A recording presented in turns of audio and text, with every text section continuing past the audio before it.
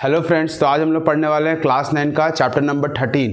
ठीक है, 13.1 हम लोग पढ़ रहे हैं। मैं आपको इसका पीछे का 2 क्वेश्चन बता चुका हूँ, क्वेश्चन 1 और क्वेश्चन 2। आज हम लोग पढ़ रहे हैं क्वेश्चन नंबर 3। चलिए देखते हैं क्वेश्चन नंबर 3 क्या बोलता है। सबसे पहला बोलता है a floor of rectangular hall has perimeter 250 metre. बोलता है कोई भी रेक्टेंगुलर हॉल है, हॉल जो होता है वो क्यूबॉइडल शेप में होता है, तो इसका जो फ्लोर है, फ्लोर क्या होगा, रेक्टेंगल शेप में होगा, क्योंकि क्यूबॉइड का हर फेस जो होता है वो क्या होता है, रेक्टेंगल होता है। अब देख सकते हैं, मैं आपको एग्जांपल से समझा देता हूँ, मेरे पास तो फिलहाल यही है। ठीक है, बोलता है कि एक क्यूबॉइड है, देखो आपको दिख रहा होगा ये क्यूबॉइड है। ठीक है, अगर एक ऐसे कोई रूम होता, इस रूम में ऐसे कोई गेट होता है घुसने का, ठीक है, तो फ्लोर क्या होता है, ये वाला ना फ्लोर है नीचे वाला, देखो ऐसे करके दिखा रहा हूँ मैं। ठीक है, देख लो इसका सारा जो शेप है वो रेक्टेंगल शेप में दिख रहा है। ये वाला फ्लोर क्या है, रेक्टेंगल शेप में है ना, तो इसका पेरीमीटर दिया हुआ है। अब हमको पता ही है पेरीमीटर ऑफ रेक्टेंगल क्या होता है। चलिए बनाना शुरू करते हैं। सबसे पहले जो गिवन है उसको लिखते हैं, given perimeter of rectangular hall. ठीक है, कितना दिया हुआ है, 250 मीटर दिया हुआ है ना। अब क्या करेंगे, रेक्टेंगल का पेरीमीटर का फॉर्मूला लिखेंगे। इसके नीचे क्या होता है formula, 2 × L + B, where L is the length of the rectangle and B is the breadth of the rectangle. ये कितना दिया हुआ है, 250 मीटर दिया हुआ है ना। इसको ऐसे बॉक्स में डालो, थोड़ा इज्जत दो, इसको इक्वेशन 1 मान लो। ये पहला चीज़ हमको पता था। अब चलते आगे। अब बोलता है if the cost of painting the 4 wall. अब 4 जो दीवार है, 4 दीवार होते हैं ना, रूम का एक फ्लोर होता है, फ्लोर जो होता है वो रेक्टेंगल शेप का था, उसका पेरीमीटर दिया था, तो पेरीमीटर दिया था 250, उसका लगा दिया फार्मूला।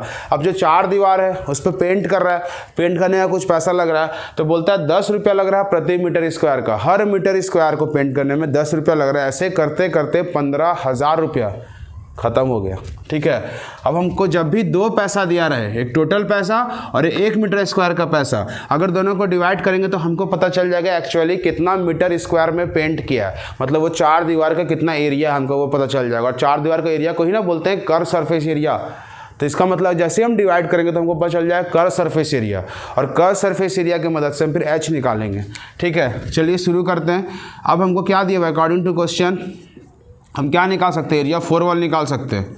एरिया ऑफ 4 वॉल क्या होता है इसका फार्मूला, इसका फार्मूला तो हमको पता है, इसको CSA बोलते हैं, लेकिन 4 दीवार का एरिया हम निकाल सकते हैं कैसे, total cost divided by cost of 1 metre square. Total कितना दाम है और 1 मीटर स्क्वायर है कितना दाम है। ठीक है, अब इसके नीचे हम लिख सकते हैं ये क्या है, एक्चुअली है ही क्या, ये है एक CSA, तो CSA हो गया क्यूबॉइड का। अब कितना है, ये है 15,000 है ना, और ये 1 मीटर कितना दाम है, 10 रुपये करके ले रहा है ब्रो। 0 0 जाएगा, रुपया रुपया को भी उड़ा सकते हो, कितना बचा, तो हमको पता क्या चल गया, CSA कितना है 1500 है ना। अब CSA के नीचे इसका लिखेंगे फार्मूला, क्या होता है 2 × L + B × H, यही होता है ना, बोलो। अब देख लो, अब 2 × L + B, इस पूरे का मान हमको पता है कितना, 250। ऊपर देख लो, कौन बच्चा है जी, 2 × L + B पूरे का मान कितना पता है, 250 पता है, इक्वल टू कितना हो गया, 1500 हो गया। ऐसे बीच में लाइन खींच के इधर आ जा रहे हैं। ठीक है, अब ये H के साथ जो नंबर है वो कहाँ जाएगा, उधर भेजेंगे तो जाएगा नीचे 250, 0 0 गया, 25 से काटेगा, 6 बार में 25 छक्के होता है 150, कितना आ गया, H आ गया 6 मीटर। अब लिख सकते हो so height of hall equal to 6 metre. देख लो बहुत इजी है। सबसे पहले हम लोग क्या किए, सबसे पहले हमको जो पेरीमीटर दिया था उसको लिख के रख लिया, क्योंकि उसका मदद होने वाला, यूज़ करने वाले आगे। फिर हमको जो 2 पैसा दिया, दोनों पैसा को भागा दे दिया, वही तो है area of 4 wall. Area of 4 wall को ही तो बोलते हैं CSA ऑफ क्यूबॉइड। फिर CSA ऑफ क्यूबॉइड का नीचे लिख दिया फार्मूला। अब इस पूरे का मान हमको पता था, देखो 250 बैठा दिए। तुम यहाँ लिख सकते हो कि 250 कहाँ से आया है, इक्वेशन 1 से आया है। अभी 250 को नीचे भेज दिए, देख लो H का मान आ गया 6। ठीक है, बहुत ईजी है, देख सकते हो। अब मैं आपको नेक्स्ट क्वेश्चन ही बताता हूँ। नेक्स्ट क्वेश्चन कुछ इस प्रकार है, और आप देख सकते हैं मैंने आपके सामने क्वेश्चन नंबर 4 लिख रखा है। ठीक है, बोलता है paint in a certain container is sufficient to paint an area equal to 9.375 metre square. How many bricks, मतलब कितना सारा ईटा of dimension 22.5 centimetre, 10 centimetre and 7.5 centimetre can be painted to container. कहने का मतलब है कोई भी एक कंटेनर है जिसमें इतना सारा पेंट है कि कुछ ईंटों को पेंट करना है। एक कंटेनर के अंदर पेंट डाला हुआ है और उसमें कितना एरिया को, जिसमें जितना पेंट है वो कितना एरिया को पेंट कर सकता है वो बता चुका है कि इतना एरिया को वो पेंट कर सकता है। उसमें पेंट निकाले, ब्रश डाले और मस्त ऐसे से प्यार से अगर पेंट करेंगे तो कितना एरिया को वो पेंट कर सकता है। अब हमको पूरे कैसे प्लेन सरफेस पे तो नहीं करना है पेंट, हमको ईटा पे करना है, ब्रिक्स पे। और एक पर्टिकुलर साइज, जितना ही ब्रिक है सबका सेम है डायमेंशन, और एक ब्रिक का आपको डायमेंशन पता है, ठीक है। अब देख सकते हो आपको मेरे सामने ईटा भी है, मैं बता देता हूँ। इसको बोलते हैं लेंथ, आँख में चला गया। इसको बोलते हैं लेंथ, इसको बोलते हैं ब्रेथ और इसको बोलते हैं हाइट, ठीक है। ये है लेंथ, ये है ब्रेथ और ये है हाइट। अब क्या करना है, इसके सारे सरफेस पे ऐसे से पेंट करना है और पूरे ईटे को पेंट करना है। तो इस ईटा में 6 फेस होता है, मतलब हमको टोटल सरफेस एरिया से मतलब है। अगर हमको एक ईटा का एरिया टीएसए पता चल जाए और वैसा वैसा कितना को पेंट कर सकते हैं, मान के चलो मेरे पास एक पेंट है जिसमें हम 100 मीटर स्क्वायर पेंट कर सकते हैं, ठीक। और एक ईटा में 10 मीटर स्क्वायर एरिया लग गया। अब ऐसे कर करके कितना होगा, तो एक ईटा में 10, अगला में फिर 10, फिर 10, ऐसे करते करते 100 है तो 10 ईटा को पेंट कर पाएंगे, ठीक है। तो कभी भी जब पूछे हाउ मेनी ब्रिक्स, क्या पूछे, ऐसे करते हो एक्सरसाइज, जब भी पूछे हाउ मेनी ब्रिक्स, कितना सारा ईटा, या हाउ मेनी मतलब संख्या पूछे तो हमेशा बड़े वैल्यू को छोटे वैल्यू से डिवाइड करते हैं, डिवाइड करके ही आंसर आता है, ठीक है। चलिए बनाना शुरू करते हैं। सबसे पहले हमको क्या दिया हुआ है, total area of paint to be painted, मतलब जितना पेंट हमको दिया हुआ है, जो पेंट होने वाला है, कितना पेंट दिया हुआ है, 9.375 मीटर स्क्वायर। अब देखो खास बात क्या है, हमेशा डिवाइड करो या कुछ भी करो यूनिट सेम रखना होता है। यहाँ सीएम सीएम सीएम और यहाँ एम स्क्वायर है, तो मीटर स्क्वायर को सेंटीमीटर में बदल लो यार।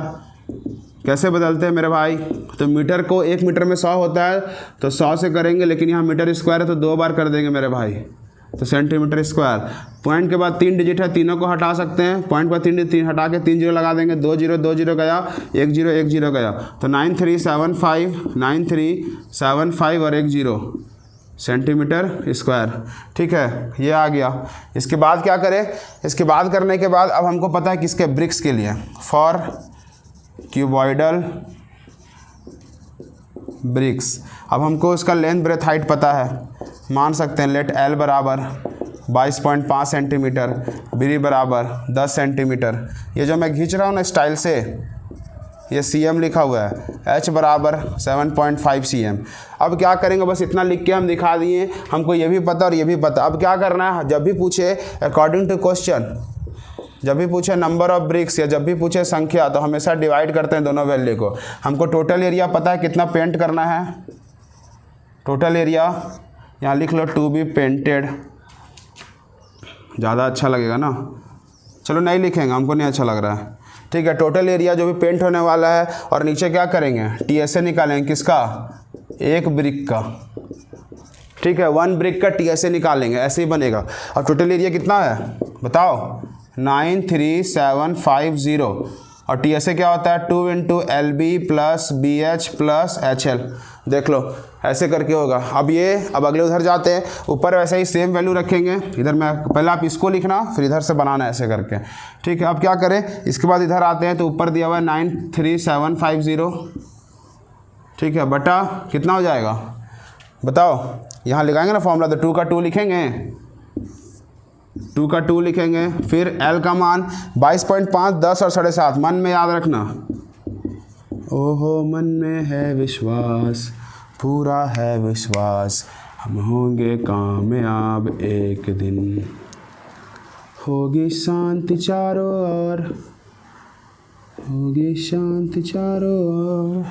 देख लो LBBHHL, LBBLHL, LBBLHL, ऐसे करके करेंगे, ठीक है। अब ऊपर वही रहेगा क्या, 93750, नीचे 2 का 2 रहेगा। अब 22.5 में 10 से करेंगे तो पॉइंट के बाद 1 डिजिट और 1 जीरो है, तो वो हो जाएगा 225, प्लस 7.5 को 10 से करेंगे तो हो जाएगा 75, और इसको जब इससे करेंगे 7.5 को 22.5 से जाएगा 168.75, ठीक है। बोलो कैसे हो गया, मेलोडी हमको याद है क्योंकि हम 4-5 बार बता चुके हैं, और एक बार और बता रहे थे, उस समय माइक का इशू था तो फिर से बना रहे हैं वीडियो, ठीक है।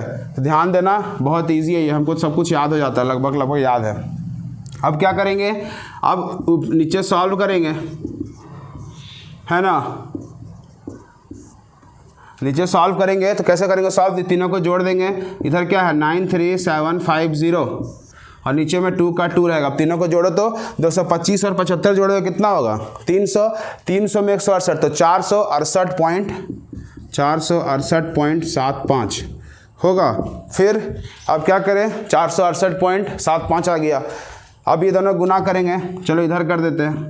तो इधर रहेगा 93750 डिवाइडेड बाई, जब दोनों को तुम गुना करोगे 468 का डबल 46 का डबल कितना होता है 92, फिर 8 दूनी 16, तो इतना ही आएगा। दिखा दूँ क्या 46875 को जब 2 से करेगा 75 दूनी 150, एक हाथ मार दूनी 16, 7 6 दूनी 12 13 4 दूनी 8, 93750 तो आएगा 93750।